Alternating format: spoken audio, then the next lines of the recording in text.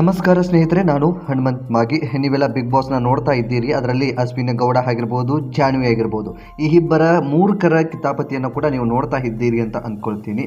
So ವಿಶೇಷವಾಗಿ ಅಶ್ವಿನಿ ಗೌಡ ಅವರಿಗೆ ಒಂದು ಹೊರಗಡೆ ಫ್ರೇಮ್ ಇದೆ. ಏನು ಫ್ರೇಮ್ ಇದೆ ಅಂತಂದರೆ ಕನ್ನಡ ಪರ ಹೋರಾಟಗಾರ್ತಿ ಅನ್ನೋ ಒಂದಿಷ್ಟು ಹೆಗ್ಗಳಿಕೆಯೂ ಕೂಡ ಇದೆ. ಆದರೆ ಈ ಬಿಗ್ ಬಾಸ್ ಮನೆಗೆ ಬಂದ ತಕ್ಷಣ ಈ ಮಹಿಳೆ ಯಾಕೆ ಹೀಗೆ ಹಾಡೋದಕ್ಕೆ ಪ್ರಾರಂಭಿಸಿದ್ಲು ಎಂಬುದು ಕೂಡ ಒಂದು ದೊಡ್ಡ ಪ್ರಶ್ನೆ ಆಗಿದೆ. ಪಾಪ ಒಂದು ರಕ್ಷಿತಾಳನ್ನು ಟಾರ್ಗೆಟ್ ಮಾಡಿ ಮಾತನಾಡ್ತಾರೆ. ಅವಳು ಡೌ ಮಾಡ್ತಾ ಇದ್ದಾಳೆ ಅನ್ನೋ ಮಾತನ್ನು ಹೇಳ್ತಾರೆ. ಅವಳು ನಾಟಕವನ್ನು ಮಾಡ್ತಾ ಇದ್ದಾಳೆ, ಅವಳಿಗೆ ಕನ್ನಡ ಬರುತ್ತೆ, ಈ ರೀತಿಯಾಗಿ ಆ್ಯಕ್ಟ್ ಮಾಡ್ತಾ ಇದ್ದಾಳೆ, ಸಿಂಪತಿ ಗಿಟ್ಟಿಸ್ಕೊಳ್ಳೋದಕ್ಕೋಸ್ಕರ ಸೈಲೆಂಟ್ ಆಗಿ ಇರ್ತಾಳೆ, ಜಗಳ ಅಂತ ಬಂದ ತಕ್ಷಣ ನಮ್ಮ ಜೊತೆನೇ ಜೋರಾಗಿ ಬಾಯ್ ಮಾಡ್ತಾಳೆ ಅನ್ನೋ ರೀತಿಯಲ್ಲಿ ಕೆಟ್ಟದಾಗಿ ಮಾತನಾಡ್ತಾರಲ್ಲ ಈ ನಾಲಾಯಕರು. ನಿಜಕ್ಕೂ ಇವರ ವ್ಯಕ್ತಿತ್ವ ಏನು ಎಂಬುದು ಕೂಡ ಈಗ ಬಿಗ್ ಬಾಸ್ ಮನೆಯಲ್ಲಿ ಇವರೇ ತೋರಿಸ್ತಾ ಇದ್ದಾರೆ. ಇದನ್ನು ನಾವು ಯಾರು ಕೂಡ ಎಕ್ಸ್ಟ್ರಾ ಮಾತನಾಡ್ತಾ ಇಲ್ಲ. ಇಲ್ಲಿ ಅವರು ಏನು ಮಾಡ್ತಾ ಇದ್ದಾರೆ, ಅವರ ಪ್ರತಿಕ್ರಿಯೆಗಳು ಹೇಗಿದ್ದಾವೆ, ಅವರು ಯಾವ ರೀತಿಯಾದ ತಮ್ಮ ಮನಸ್ಸನ್ನು ಹೊಂದಿದ್ದಾರೆ ಎಂಬುದನ್ನು ಅಲ್ಲಿ ಬಿಗ್ ಬಾಸ್ ಮನೆಯಲ್ಲಿ ತೋರಿಸಿಕೊಡ್ತಾ ಇದ್ದಾರೆ. ಒಂದು ಮಾತಿನ ಬರದಲ್ಲಿ ಯಾರೋ ಕಾಕ್ರೋಚ್ನಂತಹ ವ್ಯಕ್ತಿ ಎಮ್ಮ ಅಂದ ಒಂದು ಪದವನ್ನೇ ಆ ಒಂದು ವೀಕೆಂಡಲ್ಲಿ ಆ ಸುದೀಪ್ ಅವರ ಮುಂದೆನೇ ನನ್ನ ಹೆಸರು ಎಮ್ಮ ಅಲ್ಲ ಅಶ್ವಿನಿ ಗೌಡ ಅನ್ನೋ ರೀತಿಯಲ್ಲಿ ಹೇಳ್ತಾರೆ. ಆದರೆ ಈ ಒಂದು ಎಮ್ಮನೇ, ಈ ಒಂದು ಅಶ್ವಿನಿ ಗೌಡನೇ ಆ ರಕ್ಷಿತಾಗೆ ಎಷ್ಟು ಕೆಟ್ಟದಾಗಿ ಮಾತನಾಡ್ತಾರೆ, ಮುಚ್ಕೊಂಡಿರು ಹಾಗೆ ಹೀಗೆ ಅನ್ನೋ ಮಾತುಗಳನ್ನು ಬಳಸ್ತಾರೆ.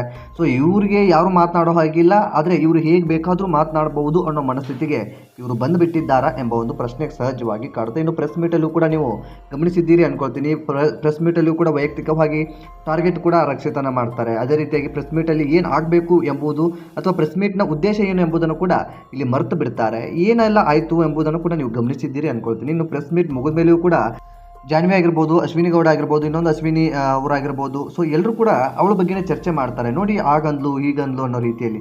ಇಲ್ಲಿ ಎಲ್ಲವನ್ನು ಕೂಡ ಗಮನಿಸ್ತಾ ಹೋದರೆ ಅಶ್ವಿನಿ ಗೌಡ ಅವರ ಮನಸ್ಥಿತಿ ಎಷ್ಟು ಕೆಟ್ಟದಾಗಿದೆ, ಅಶ್ವಿನಿ ಗೌಡ ನಿಜಕ್ಕೂ ಎಂಥ ಮೂರ್ಖ ಮನಸ್ಸಲ್ಲಿ ಇದ್ದಾರೆ ಎಂಬ ಒಂದು ಪ್ರಶ್ನೆ ಸಹಜವಾಗಿ ರಕ್ಷಿತಾಳ ಬಟ್ಟೆ ಬಗ್ಗೆ ಕೂಡ ಮಾತನಾಡ್ತಾರೆ. ಅಂದರೆ ನೀನು ಎಂಥ ಕಲ್ಚರಿಂದ ಬಂದಿದ್ಯಾ, ಎಂಥ ವ್ಯವಸ್ಥೆಯಿಂದ ಬಂದಿದ್ಯಾ ಅಂತ. ಬಹುಶಃ ಇವರ ತಂದೆ ಇವಳು ಹುಟ್ಟಿದ ತಕ್ಷಣ ಬಾಯಲ್ಲಿ ಚಿನ್ನದ ಸ್ಪೂನನ್ನೇ ಇಟ್ಟಿರ್ಬೋದು, ಬಟ್ ಅವಳು ಕಷ್ಟಪಟ್ಕೊಂಡು ಬಂದಿದ್ದ ಅವಳ ಒಂದು ಬದುಕು ಹೇಗಿದೆಯೋ ಆಗಿ ಬರ್ತಾ ಇದ್ದಾಳೆ. ಆದರೆ ಅಶ್ವಿನಿ ಗೌಡ ಇನ್ನೊಬ್ಬರ ವೈಯಕ್ತಿಕ ಬದುಕಿನ ಬಗ್ಗೆ ಮಾತನಾಡೋದಕ್ಕೆ ಇವರು ಎಷ್ಟು ಸರಿ ಎಂಬುದು ಎಲ್ರಿಗೂ ಕೂಡ ಒಂದು ಪ್ರಶ್ನೆ ಕೂಡ ಕಾಡ್ತಾ ಇದೆ.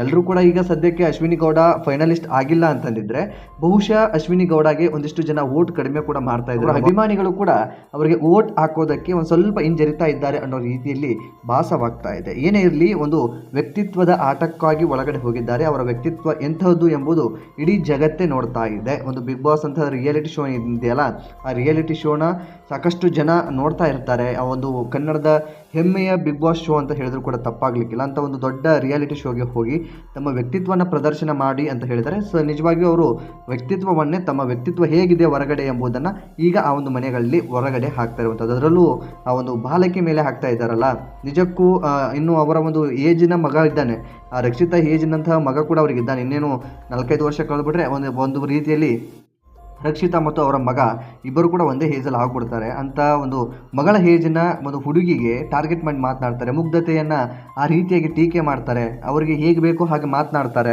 ಸೊ ಇಂತಹದ್ದು ಆ ಒಂದು ಮನೆಯಲ್ಲಿ ನಡೀತಾ ಇದೆ ಅಂತಂದ ತಕ್ಷಣ ನಿಜಕ್ಕೂ ಇದೊಂದು ಕ್ರೂರ ಮನಸ್ಥಿತಿ ಅವರಲ್ಲಿ ಇದೆ ಎಂಬುದು ಮೇಲ್ನೋಟಕ್ಕೆ ಕಾಣುತ್ತೆ. ಇನ್ನು ಜಾನ್ವಿ ವಿಚಾರಕ್ಕೆ ಬರೋದಾದರೆ, ಅಶ್ವಿನಿ ಗೌಡ ಹಾಕಿದಂತಹ ತಾಳಕ್ಕೆ ಅವಳು ಕುಣಿತಾ ಇದ್ದಾಳೆ. ಇವ್ರು ಮಾಡಿದರೆ ಸರಿ ಅನ್ನೋ ರೀತಿಗೆ ಇದ್ದಾರೆ, ಆದರೆ ಇವ್ರನ್ನ ಹೊರತುಪಡಿಸಿ ಬೇರೆ ಯಾರು ಮಾಡಿದ್ರು ಕೂಡ ತಪ್ಪು ಅನ್ನೋ ರೀತಿಯಲ್ಲಿ ಇದ್ದಾರೆ. ಅದೊಂದು ಅಶ್ವಿನಿ ಗೌಡ ಪಟ ಆದರೆ ಆ ಒಂದು ಪಟಕ್ಕೆ ಬಾಲಂಗುಚಿಯಾಗಿ ಈ ಒಂದು ಜಾನ್ವಿ ಅವರು ಹಿಂದೆ ಹೋಗ್ತಾ ಇದ್ದಾರೆ. ಇನ್ನು ಇವರ ಗುಂಪು ಕಟ್ಟಿಕೊಂಡು ಕೆಲವೊಂದಿಷ್ಟು ಜನಗಳು ಕೂಡ ಬರ್ತಾ ಇದ್ದಾರೆ. ವಿಶೇಷವಾಗಿ ಆ ಒಂದು ಮನೆಯಲ್ಲಿ ರಕ್ಷಿತಾಳನ್ನ ಟಾರ್ಗೆಟ್ ಮಾಡಿ ಮಾತನಾಡ್ತಾ ಇದ್ದಾರೆ. ಈ ಒಂದು ತುಂಬ ದಿವಸ ಇವರುಗಳು ಸಾಗೋದಕ್ಕೆ ಸಾಧ್ಯವಾಗೋದಿಲ್ಲ. ಎಲ್ಲರೂ ಕೂಡ ಇನ್ನು ಒಂದು ಪ್ರೆಸ್ ಮೀಟಲ್ಲಿ ಆದ ಬಳಿಕ, ಪ್ರೆಸ್ ಮೀಟ್ನ ಗಮನಿಸಿದ ಬಳಿಕ ಬಿಗ್ ಬಾಸ್ ಒಂದು ಅವಕಾಶವನ್ನು ಕೊಡ್ತಾರೆ 4 ಜನ ಫೈನಲಿಸ್ಟ್ಗಳಿಗೆ.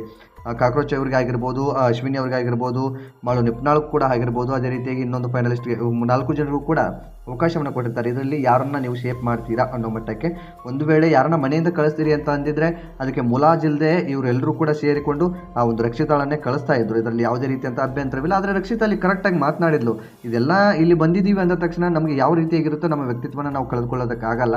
ಸೊ ಇಲ್ಲಿ ನಿಮ್ಮ ಇಷ್ಟ, ನಿಮಗೆ ಏನೋ ಅವಕಾಶ ಕೊಟ್ಟಿದ್ದಾರೆ ಅಂದರೆ ಅದನ್ನು ನೀವು ಬಳಸ್ಕೊಳ್ಳಿ ಅನ್ನೋ ರೀತಿಯಲ್ಲಿ ಆ ಸಂದರ್ಭದಲ್ಲಿ ರಕ್ಷಿತಾ ಮಾತನಾಡ್ತಾಳೆ. ಅದು ತಪ್ಪು ಅಂತ ಹೇಳೋದಕ್ಕೆ ಆಗೋದಿಲ್ಲ. ಇನ್ನು ಈ ಮಾಳು ನೆಪ್ನಾಳ ಹೆಣ್ಣು ಮಕ್ಕಳ ಮಾತುಗಳನ್ನ ಕೇಳಿಕೊಂಡು ಅಲ್ಲಿ ಸೈಲೆಂಟ್ ಆಗಿದ್ದಾನೆ. ಇವನದೇ ಆದಂಥ ಒಂದು ವ್ಯಕ್ತಿತ್ವವನ್ನು ಪ್ರದರ್ಶನ ಕೂಡ ಮಾಡ್ತಾ ಇಲ್ಲ ಈ ವ್ಯಕ್ತಿಗೆ ಸಾಕಷ್ಟು ಜನ ಫಾಲೋವರ್ಸ್ಗಳಿದ್ದಾರೆ. ಉತ್ತರ ಕರ್ನಾಟಕದ ಒಬ್ಬ ಹೆಮ್ಮೆಯ ಕಲಾವಿದ ಅಂತ ಗುರುತಿಸ್ಕೊಂಡಿದ್ದಾನೆ. ಒಂದು ಬಿಗ್ ಬಾಸ್ನಂಥ ರಿಯಾಲಿಟಿ ಶೋ ಅಲ್ಲಿ ಒಳಗಡೆ ಹೋಗಿದ್ದಾನೆ. ಈ ಹೊರಗಡೆ ಇರುವ ಬದುಕಿಗೂ ಒಳಗಡೆ ಇರುವ ಬದುಕಿಗೂ ಯಾಕೆ ಈ ವ್ಯಕ್ತಿ ಈ ರೀತಿಯಾಗಿದ್ದಾನೋ ಗೊತ್ತಿಲ್ಲ. ಅವ್ರು ಯಾರೋ ಹೇಳಿದ ತಕ್ಷಣ ತನ್ನ ಗುರಿಯನ್ನೇ ಬದಲಾಯಿಸ್ಕೊಂಡ್ಬಿಡ್ತಾನೆ. ತಾನು ಯಾರನ್ನ ಸೇಫ್ ಮಾಡಬೇಕು ಅಂತ ಅಂದ್ಕೊಂಡಿರ್ತಾನೋ ಅವರೇ ಬೇಡ ಅನ್ನೋ ಮಟ್ಟಕ್ಕೆ ಬಂದ್ಬಿಡ್ತಾನೆ. ಬಹುಶಃ ಆ ಒಂದು ಮನೆಯಲ್ಲಿ ಅವರುಗಳ ಕೈ ಕೆಳಗೆ ಕೆಲಸ ಮಾಡುವಂಥ ಫೈನಲಿಸ್ಟ್ ಆಗಿ ಈ ವ್ಯಕ್ತಿ ಇದ್ದಾನೆ ಅನ್ನೋ ಮಟ್ಟಕ್ಕೆ ಒಂದು ರೀತಿಯಲ್ಲಿ ಭಾಸವಾಗುತ್ತೆ.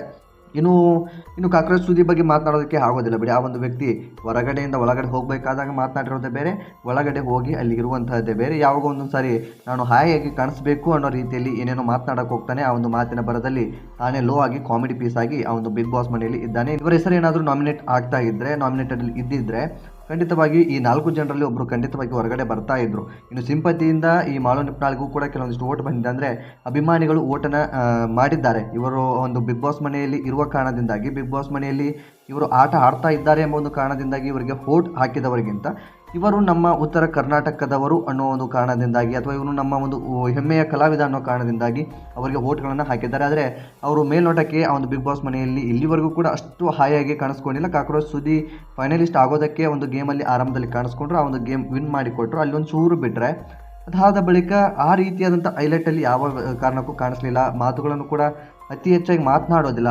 ಅಂದರೆ ಸುಮ್ಮನೆ ಮಾತನಾಡೋದು ಅಂತಲ್ಲ, ಸಂದರ್ಭಕ್ಕೆ ತಕ್ಕ ಹಾಗೂ ಕೂಡ ಒಂದಿಷ್ಟು ಪ್ರತಿಕ್ರಿಯೆಗಳು ಬರೋದಿಲ್ಲ.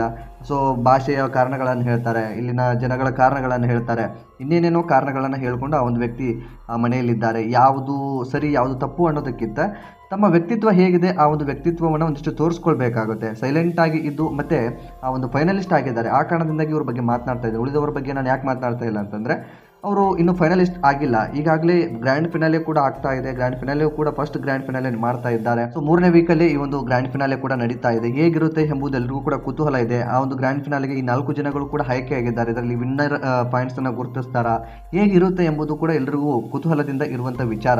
ಹಾಗಾಗಿ ಫೈನಲಿಸ್ಟ್ ಆದವರಿಗೆ ಒಂದು ಗತ್ತು, ಗರ್ವ, ಆ ಒಂದು ವ್ಯಾಲ್ಯೂ ಇರಬೇಕು ಅಷ್ಟೇ. ಆ ಒಂದು ಕಾರಣದಿಂದಾಗಿ ಹೇಳ್ತಾ ಇದ್ದೀನಿ. ನೀವು 4 ಜನ ಟಾಪಲ್ಲಿ ಹೋಗಿದ್ದಾರೆ ಅಂದ ತಕ್ಷಣ 4 ಜನರು ಫೈನಲಿಸ್ಟ್ ಆಗಿ ಹೊರಹೊಮ್ಮೋದಕ್ಕೆ ಅರ್ಹತೆ ಇದ್ದಾರೆ ಅನ್ನೋ ಮಟ್ಟಕ್ಕೆ ಇರಬೇಕಾಗುತ್ತೆ.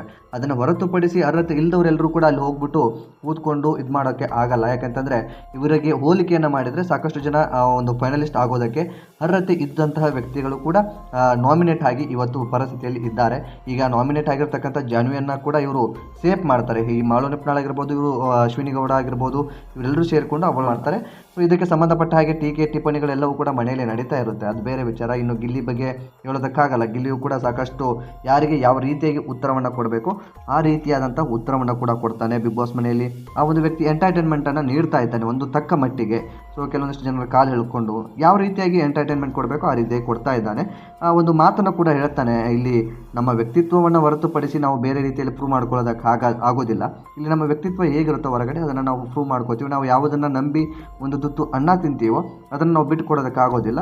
ಸೊ ಹಾಗಾಗಿ ನಾನು ಕಾಮಿಡಿಯಿಂದನೇ ನನ್ನ ಜೀವನವನ್ನು ಕಟ್ಕೊಳ್ತಾ ಇದ್ದೀನಿ. ಅದನ್ನು ನನಗೆ ಊಟ ಕೂಡ ಸಿಗ್ತಾ ಇದೆ. ಅದನ್ನು ನಾನು ಬಿಟ್ಟು ಬೇರೆ ಏನು ಕೂಡ ಮಾಡೋದಕ್ಕೆ ಸಾಧ್ಯವಾಗೋದಿಲ್ಲ. ನನ್ನ ವ್ಯಕ್ತಿತ್ವವನ್ನು ನಾನು ಬಿಟ್ಟು ಕೊಡೋದಿಲ್ಲ ಅನ್ನೋ ರೀತಿಯಲ್ಲಿ ಹೇಳ್ತಾರೆ. ಈ ಶನಿವಾರ ಜಾನ್ವಿಗೆ ಆಗಿರ್ಬೋದು, ಅದೇ ರೀತಿಯಾಗಿ ಈ ಒಂದು ಅಶ್ವಿನಿ ಗೌಡಗಾಗಿರ್ಬೋದು, ಆ ಒಂದು ರೀತಿಯಲ್ಲಿ ಕ್ಲಾಸ್ ಇದ್ದೇ ಇರುತ್ತೆ. ಖಂಡಿತವಾಗಿ ಅದು ಮಿಸ್ ಆಗೋದಕ್ಕೆ ಸಾಧ್ಯವಿಲ್ಲ. ಇದುವರೆಗೂ ಬಿಗ್ ಬಾಸ್ ಪ್ರತಿಕ್ರಿಯೆ ಕೊಟ್ಟಿಲ್ಲ ಅಂತಂದರೂ ಕೂಡ ಇವರು ಇಷ್ಟೊಂದು ವೈಲೆಂಟ್ ಆಗಿ ಮಾತನಾಡ್ತಾ ಇದ್ರು ಕೂಡ ಪ್ರತಿಕ್ರಿಯೆ ಬಂದಿಲ್ಲ ಅಂದ ತಕ್ಷಣ ಅದಕ್ಕೆ ಸುಮ್ಮನೆ ಇರೋದಕ್ಕಾಗಲ್ಲ. ಪ್ರತಿ ವಾರವೂ ಕೂಡ ಈ ಸುದೀಪ್ ಅವರು ಬಂದು ವೀಕೆಂಡಲ್ಲಿ ಯಾವ ರೀತಿಯಾದಂಥ ಒಂದು ಕ್ಲಾಸನ್ನು ತೆಗೆದುಕೊಳ್ತಾರೆ ತಪ್ಪು ಮಾಡಿದವರಿಗೆ.